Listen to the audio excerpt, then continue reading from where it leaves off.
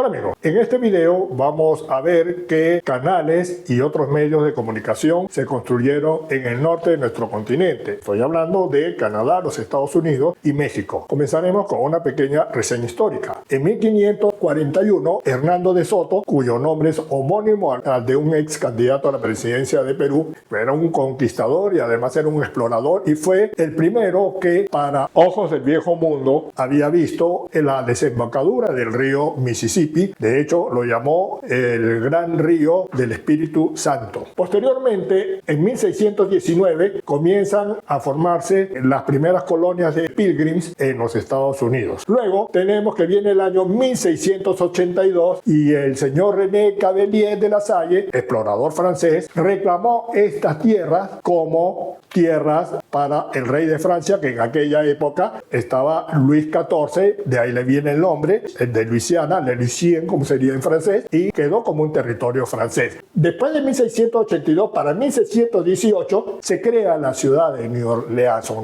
Nueva Orleans, que está justamente en la desembocadura del río Mississippi. En ese siglo que había pasado desde 1619, desde que llegaron los Pilgrims, hasta 1718, cuando se crea Nueva Orleans, ustedes supondrán que originalmente las colonias comenzaron por el Océano Atlántico y posteriormente fueron yendo en dirección occidental en busca de nuevas tierras para poder explotarlas. Llegaron hasta este punto, que es el río Mississippi. Ellos no pasaron el río Mississippi porque consideraban pues que eso no era territorio de ellos, sino que más bien era de Francia en algunos casos o de España en otros, como ya veremos. Entonces ellos comenzaron a colonizar toda esta parte, toda la margen izquierda del río Mississippi, que para efectos del mapa pues lo tienen al lado derecho. Pero tenían el inconveniente de cómo llevar la mercancía que ellos producían aquí en el Midwest, como se llama actualmente también, para poder llevarla a las ciudades más desarrolladas de la costa. Claro, supondrán que para aquella época no había unas carreteras que les facilite ese movimiento. Entonces, lo lógico era que usen para parte de ese movimiento el río Mississippi. Es decir, venían por el río Mississippi, bajaban, llegaban hasta New Orleans, le daban la vuelta a Florida y comenzaban a llegar pues a los puertos donde estaban las nuevas ciudades que se estaban formando en la zona atlántica. Para 1763, según el Tratado de París, toda la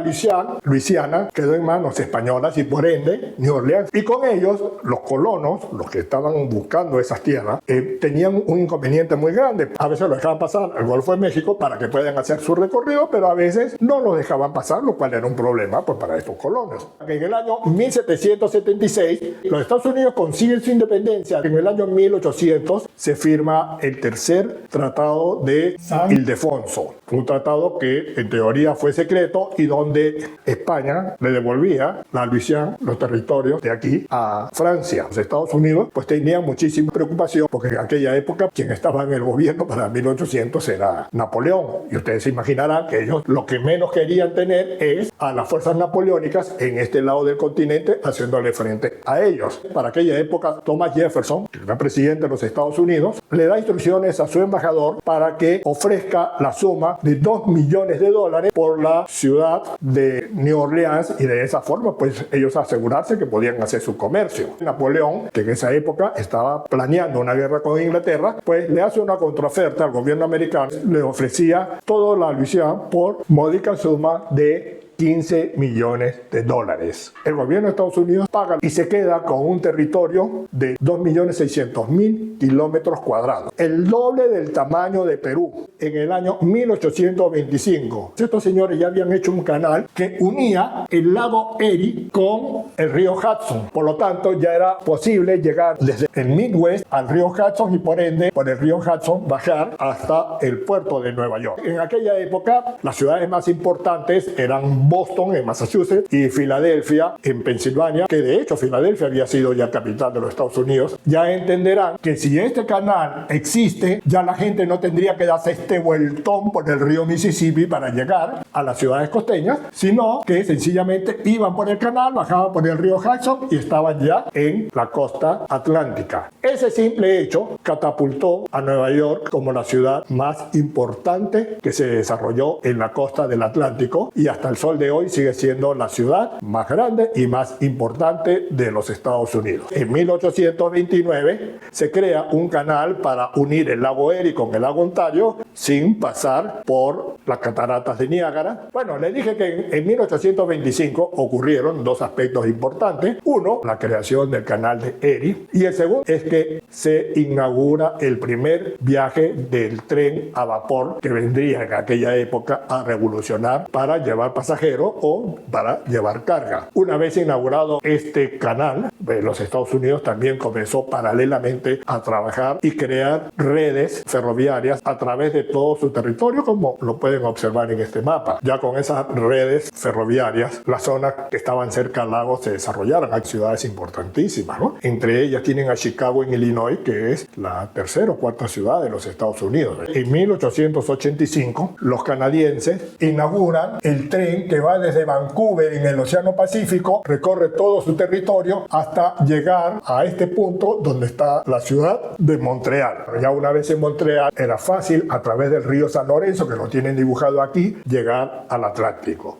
Los 5 grandes lagos tienen como salida natural el río San Lorenzo para llegar al Atlántico. Y ya sabemos que gracias al canal de Whelan se puede evitar las cataratas de Niágara, por lo tanto se puede circular por estos 5 grandes lagos y luego ir para el Océano Atlántico a través del río San Lorenzo, que es un río bastante caudaloso. En 1932 se creó la represa de Beauharnois, que fue la primera represa. Hoy en día son 8 represas que pueden suministrar electricidad a más de 2 millones de personas, y por supuesto esas 8 represas a su vez tienen que tener las canalizaciones respectivas, las esclusas respectivas, para no interrumpir el tráfico del Atlántico a la zona de los Grandes Lagos y de la zona de los Grandes Lagos hacia el Atlántico. Ahora vamos a nuestra época. Anteriormente vimos que en lo que se conoce como el Valle de San Pedro hay 2 puertos, uno al lado de otro, Puerto Los Ángeles y el otro puerto de Long Beach. México también tiene 2 puertos importantes sobre el Pacífico. Uno que está por aquí, el puerto de Manzanillo, en el estado de Colima, y uno que está un poquito más abajo, que es el puerto de Lázaro Cárdenas, que está en el estado de Michoacán. Estos 4 puertos son los puertos que normalmente reciben la carga que viene en los buques llamados Nueva Generación. Funcionan como puerto hub o como puerto de acopio, como prefieran llamarlo. Pero no solamente para llevar mercancías por todo el Pacífico. En el caso de los puertos americanos, a su vez sirve para poder proyectar toda su carga a los demás estados dentro de la Unión. ¿Cómo lo hace? Pues ya todo el territorio americano ustedes van a encontrar líneas férreas, y no solamente líneas férreas, también van a encontrar muchísimas autopistas por todo el territorio americano. Resulta que el estado de Texas, que es el segundo estado más grande después de California en cuanto a economía, se planteó lo siguiente: ¿por qué tenemos que nosotros traer toda nuestra mercancía a través de todos los puertos? Entonces ellos dicen, miren, aquí nosotros tenemos la ciudad de San Antonio, y San Antonio está unida a toda la red ferroviaria americana. ¿Qué es lo que están haciendo actualmente? Están pidiendo que la carga para ellos llegue a Manzanillo, y de Manzanillo van a llegar, yo lo estoy haciendo en forma directa, pero obviamente la carretera no es directa.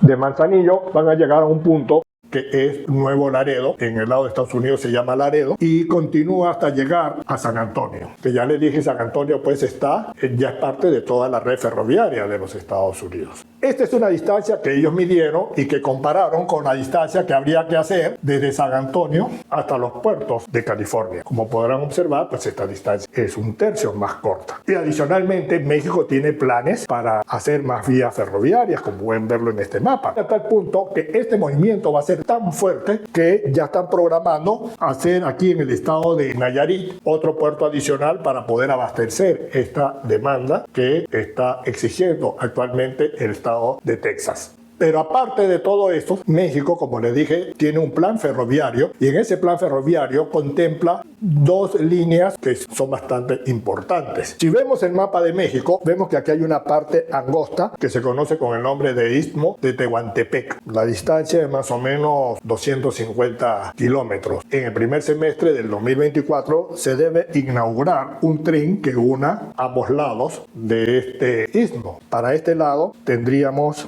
el puerto de Salina Cruz en el estado de Oaxaca, y para el lado del Golfo de México tendríamos el puerto puerto de Coatzacoalcos, que pertenece al estado de Veracruz. Ese tren debe estar pronto a inaugurarse. Pero aparte de ese tren, también se está haciendo, ya se inauguró la primera parte del Tren Maya. La idea es circunvalar toda la península del Yucatán. Bueno, aquí hay 5 estados. Tenemos el estado de Tabasco, Yucatán, Quintana Roo, Chiapas y Campeche, sería el 5º estado, que llevará muchísimo desarrollo a esta parte. Ahora, cuando México plantea hacer este ferrocarril, tenían muchos proyectos interesantes. Uno de ellos es que los contenedores que vayan en esos ferrocarriles suban al barco con incluido el vagón, para que cuando llegue a territorio americano se pueda enganchar y continuar sin necesidad de bajarlo y subirlo a otro vagón. Están trabajando en ese diseño, pero no es muy fácil, porque ustedes saben que esos barcos inmensos portacontenedores lo que hacen es poner en un contenedor uno encima, uno tercero, un cuarto, un quinto, un sexto. Entonces ya es difícil pues que esos vagones puedan tener tanta carga. Por otro lado, pues Estados Unidos está buscando lo que se llama el desacoplamiento de su economía con la economía china. De hecho, ya creo que México pasó a China como el primer socio comercial de los Estados Unidos. Cuando comienza este proyecto, se comienza hablando de 2 a 5 parques industriales para poder exportar a los Estados Unidos. Hoy se está hablando de 12 a 20 parques industriales, porque se supone que muchos inversionistas americanos vendrán a invertir en esta zona. Además de los norteamericanos, van a ser los chinos, que no les interesa perder el mercado norteamericano. Entonces los chinos van a ser los que inviertan aquí para que su mercancía también pueda entrar con el nombre hecho en México a los Estados Unidos. Acuérdense que entre Canadá, Estados Unidos y México hay un acuerdo comercial de libre intercambio que se llama NAFTA. Ya de hecho estas líneas que estoy aquí dibujadas, estas autopistas, pues realmente están abarrotadas por la gran circulación que se está dando. México tiene proyectos increíbles, pero la única forma de ser competitivos con el canal de Panamá es haciendo otro canal que permita la circulación de grandes barcos, los llamados nueva generación. Bueno, ya Panamá, a pesar de la ampliación, ya tiene una limitación, que los barcos más anchos que puedan pasar son con una manta, un ancho de 50, y actualmente los barcos están viniendo con un ancho de 60. Es decir, México tiene esa facilidad. Por otro lado, en el istmo prácticamente no hay una cadena montañosa que impida la construcción de ese canal. Claro, siempre hay desniveles superables para hacer una cantidad de esclusas. No sé, eso es una cuestión de ingeniería. Y para México realmente sería una solución ideal para poder posicionarse en el tráfico interoceánico. Será hasta una próxima oportunidad.